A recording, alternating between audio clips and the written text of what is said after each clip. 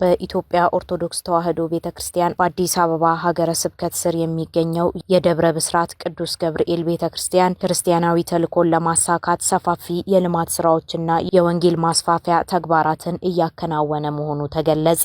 ደብሩ ምእመናን በሃይማኖታቸው እንዲጸኑና ወጣቶችን ወደ ቤተክርስቲያን ለመሰብሰብ ልዩ ልዩ መንፈሳዊ መርሃ ግብሮችን እያከናወነ ይገኛል።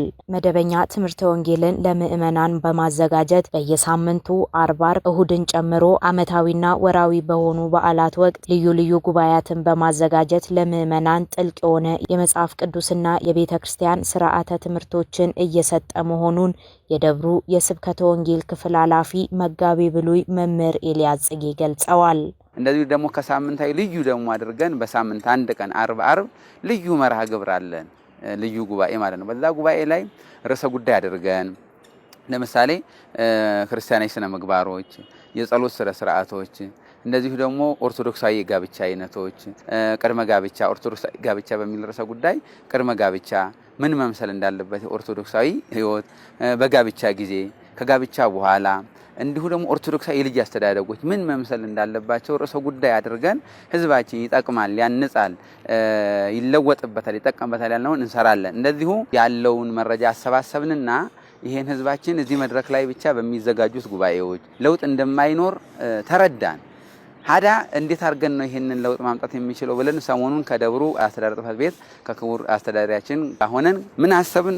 ትውልዱን ለማነጽ ለመያዝ ወደ መንደር መግባት እንዳለብን ተነጋገር። መንደር ሰሞ ስንገባ ምንድነው ያሰብነው? ህዝባችንን ከደብሩ ካህናት ጋራ፣ ከደብሩ ሰንበት ትምህርት ቤት ጋራ፣ ከአጥቢያው ምእመን ጋራ ሆነን ህዝባችንን አካባቢውን ካርታ አንስተን ካርታውን በምዕራፍ ከፋፍለን በየምዕራፉ ደግሞ ህዝባችን መዝግበን ይዘን ያን መዝግበን የያዝነውን ህዝብ ደግሞ ቴሌግራም ግሩፕ ከፍተን በየሰፈሩ በአንድ ምዕራፍ 10 20 ሰው ኃላፊ ያርገንለት ያንን ህዝብ የት እንደዋለ የት እንዳደረ ምን እንደሚያደርግ ክትትል ያደረግን ለመያዝ አስበናል።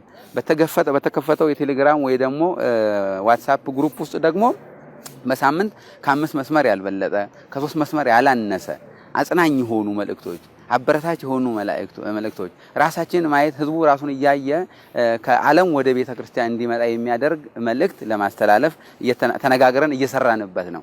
ይሄ ብቻ አይደለም። የአርቡን ጉባኤ በዛ ለመቀስቀስ፣ የእሁድ ጧቱን ጉባኤ በዛ ለመቀስቀስ፣ ወርሃዊውን ጉባኤና ልዩ ጉባኤም ደግሞ ሲዘጋጅ ህዝባችን በዛ ለመቀስቀስ እንደገና የትዋለ እናትና አባቱን ልጆቻቸውን በአግባቡ እንዲከታተሉ የት እንደዋሉ የት እንዳደሩ ምን እንደሚያደርጉ ያልሆነ ነገር ላይ ልጆቻቸው እንዳይጠመዱባቸው እንዲከታተሉ በነፍስ አባቶቻቸው በኩል እዛ ምዕራፉ ላይ በመናደርገው ኃላፊ ክትትል ለማድረግ ራሳችንን ጧት ማታ ወደ መንደር ገብተን ህዝባችን እየጎበኘን ካልጠበቅነው በስተቀር ህዝባችን እያመለጠን እንደሆነ ተነጋግረን ይሄንን አሁን እየሰራን የሄድንበት ሁኔታ ነው። በጣም የተረፍንበት ነገር ነው። ደብሩ የሰንበት ትምህርት ቤት ወጣቶች በስነ ምግባር ከመቅረጽ ባለፈ በዜማና በትምህርተ ወንጌል የታነጸ ትውልድ ለማፍራት በትጋት እየሰራ የሚገኝ ሲሆን መንፈሳዊ አገልግሎቱን ከዘመናዊ የልማት ስራዎች ጋር በማቀናጀት አርአያነቱን እያሳየ ይገኛል። የቤተ ክርስቲያኗን ውበትና የአገልግሎት አሰጣጥን ለማሻሻል የተለያዩ የአገልግሎት ህንጻዎችና የመገልገያ ክፍሎች ግንባታንና እድሳትን እያከናወነ የሚገኝ ሲሆን ቅጥር ግቢ ውስጥ ያለውን የተፈጥሮ ውበት ለመጠበቅና ለአምልኮ ምቹ የሆነ አካባቢ ለመፍጠር የአትክልትና የጽዳት ስራዎችን በከፍተኛ ሁኔታ እያከናወነ መሆኑን የደብሩ የሰንበት ትምህርት ቤት ዋና ሰብሳቢና የሰበካ ጉባኤ አባል የሆኑት መምህር ጳውሎስ ደምሴ ገልጸዋል። እንግዲህ ያው ልማት ሲባል ሁለት አይነት አድርገን ብናየው ጥሩ ነው። መንፈሳዊና ቁሳዊ ልማቶች ናቸው እንደ ቅዱስ ቤተክርስቲያን የሚሰሩት።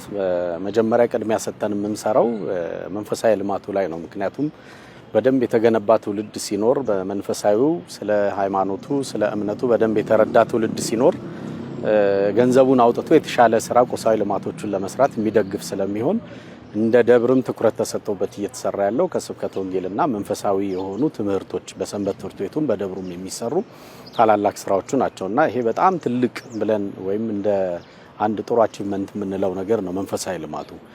ስለዚህ እሱ ጎን ለጎን ደግሞ ቁሳዊ ልማቶቹ ደግሞ መቼም ሰው በተቀያየረ ቁጥር ሁሉም የራሱን አሻራ እያስቀመጠ ነውና የሚሄደው። አሁን ባለው ሰበካ ጉባኤ ደግሞ ታቀደው እየተሰሩ ያሉ እስካሁንም ድረስ በአይን የሚታዩ በግቢው ውስጥ የሚታዩ ትልልቅ ስራዎች ናቸው ያሉት። ገጽታ ግንባታ ጀምሮ ብዙ አብያተ ክርስቲያናት ላይ ስንመለከት ቤተክርስቲያኖቹ ተከልለው የአምልኮትና የንግድ ማዕከላት መለየት እስከማይቻልበት ሰዓት ድረስ የነበረበት ነበረ። በፊት በነበሩት ጊዜያት በፊት ለፊት እንደሚታየው የአምልኮ ቦታውን ለይተን የንግድ ማዕከሉን ደግሞ ለብቻው ለይተን የሰራንበት ያ በጣም በመመኑም በሁላችንም ዘንድ ስንወጣ ስንገባ ደስ ብሎን የምናየው በጣም ትልቅ ነገር ሆኗል። ስለዚህ መመኑም አሁን ባለው በግቢው ውስጥ ሰፊ ቦታ ላይ እንደዚህ በሚያምር ግሪነሪው ሁሉም ነገር መቼም ቤተክርስቲያን ውስጥ የመጣ ጥሩ ነገር ይወዳል። በአይኑም ጥሩ ነገር እያየ ከአምላኩም ጋር የሚገናኝበት ቦታ አምልኮ ቦታው ተለይቶለታል። ከዛ ባለፈ ደግሞ የንግድ ማዕከላቱ ራሳቸውን ችለው በደንብ አምረው ተውበው የኮሪደሩንም በማይረብሹ እንደውም በጣም ጥሩ ገጽታ መፍጠር በቻሉበት እንትን የተሰራው ትልቅ ስራ ነው። ከዛ ባለፈ ደግሞ ቀድሞም የተሰሩ ከአዳራሽ እድሳት ጀምሮ ምእመናኑም ሰንበት ትምህርት ቤቱ የሚማርበት ትልቅ አዳራሽ ነበረ። እሱም በሰበካ ጉባኤውና እንደዚሁም ደግሞ በሰበካ ጉባኤው ምክትል ሊቀመንበር ኢንጂነር አያሌው መሸሻ ከሱ ከአዳራሹ ጀምሮ የነበሩ ወንበሮች ነበሩ። እነሱን ከመቀየር ጀምሮ የጸበል ቦታዎች ነበሩ። የጸበል ቦታውን ይዞታ ከማረጋገጥ ጀምሮ ከዛ ባለፈ በትምህርት ቤት ይዞታም ላይ ክርክር የነበረባቸው ቦታዎች ነበሩ። እነሱን ክርክር የነበረባቸውን ቦታዎች በሕግ አግባብ እልባት እንዲሰጥ በማድረግ እነዚህን የመሳሰሉ ታላላቅ ስራዎች እንዲሰሩ የልማት ስራዎቻችንም በሰፊው አሁን እንደዚህ እያየናቸው እንገኛለን ማለት ነው።